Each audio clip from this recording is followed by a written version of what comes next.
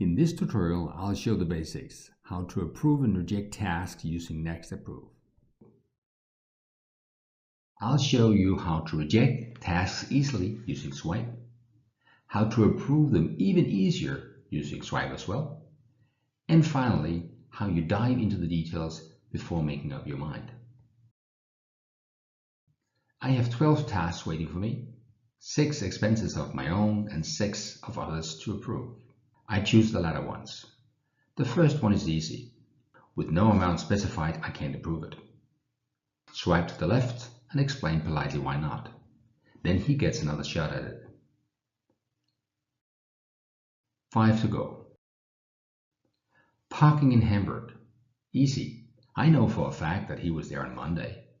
Swipe to the right. 4 to go. Breakfast on the road and no invoice to the customer. I'd better take a look. Tap to dive in. Tap the document.